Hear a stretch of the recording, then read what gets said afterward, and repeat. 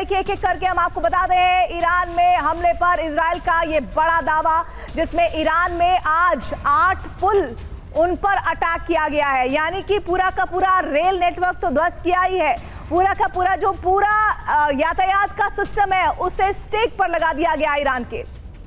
और सऊदी अरब और बहरीन को जोड़ने वाली सड़क बंद कर दी गई है। किंग फहद कॉजवे को सऊदी अरब ने बंद कर दिया। ईरान के संभावित हमलों के डर से हाईवे को बंद कर दिया गया है। देखिए तो अरब के देश भी अपने अपने लेवल पर अब वो सारे कदम उठा रहे हैं जिससे वो अपने आप को और सुरक्षित कर सकें। सऊदी अरब और बहरीन को जोड़ने वाली सड़क बंद कर दी गई है। खैर ये तो समझ में आ रहा था कि ये जंग जब इन देशों तक पहुंचेगी तो उसका असर दिखेगा, लेकिन अब आगे ईरान क्या कर सकता है प्रोफेसर हुसैन?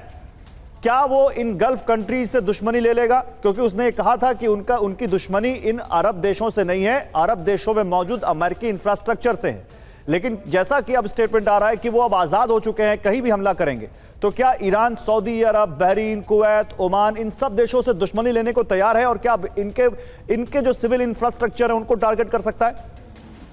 दो चीज मैं बताना चाहूंगा।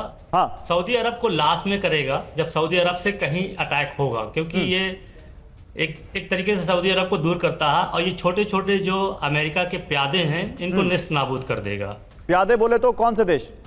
ये कुवैत है, कतर है, यूएई है, ये प्यादे हैं अमेरिकन के। और अगर इनकी हिस्ट्री देखिए तो यूएई जो है ओमान का पार्ट था, बहरीन जो था वो ईरान का पार्ट था, और कुवैत जो है वो इराक का पार्ट था।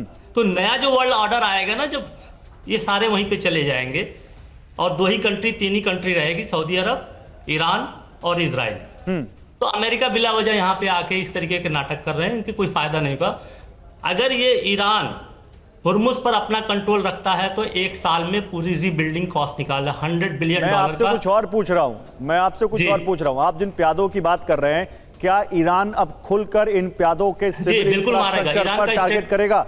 जी, इसका स्टेटमेंट आ गया कि मैं इनको ऐसा कर दूंगा कि 10 साल तक ये ऑयल नहीं बेच पाएंगे। हाँ, मैं इनको ऐसा कर दूंगा कि 10 साल तक ये ऑयल नहीं बेच पाएंगे, और बिल्कुल करेगा, अब करना चाहिए, क्योंकि ये सारे बेसिस प्रोवाइड किए हुए हैं। ये एक्टिवली ये फॉल्स पावर है, शैडो पावर, इनकी अपनी कोई पावर नहीं है, वो अमेरिका की पावर से ही आगे बढ़। जाकिर जी, एक बात मैं आपसे पूछना चाहती हूँ सर, आप मिडिल ईस्ट के विशेषज्ञ हैं, हम लगातार आपसे बातचीत कर रहे हैं, आप भी अपने फैक्ट्स को बहुत खुलकर रख रहे हैं, लेकिन ये कहाँ तक जाएगा? ये जिस तरह से ईरान लगातार अटैक कर रहा है, अमेरिका को थोड़ी देर के लिए साइड रखते हैं, लेकिन जो आप भी जिस तरह से बोल रहे हैं कि मारेगा, ये करेगा, ऐसा होगा, तो इसका तो कोई अंत ही नहीं है। नहीं, इसमें एक सवाल और प्रीति जोड़ना चाहिए, एक सवाल इसमें जोड़ना चाहिए। कैसे इसका हल कैसे निकलेगा? एक सवाल इसमें और जोड़िए प्रोफेसर जाकिर हुसैन। तो फिर तो आप इजराइल की उस डॉक्ट्रिन पर बिल्कुल चल रहे हैं, ईरान बिल्कुल उसी डॉक्ट्रिन को फॉलो कर रहा है जहां आप कह रहे हैं कि ग्रेटर इजराइल के लिए इन अरब देशों को मिटाना चाहता है, मुस्लिम कंट्रीज आपस में लड़ जाएंगे।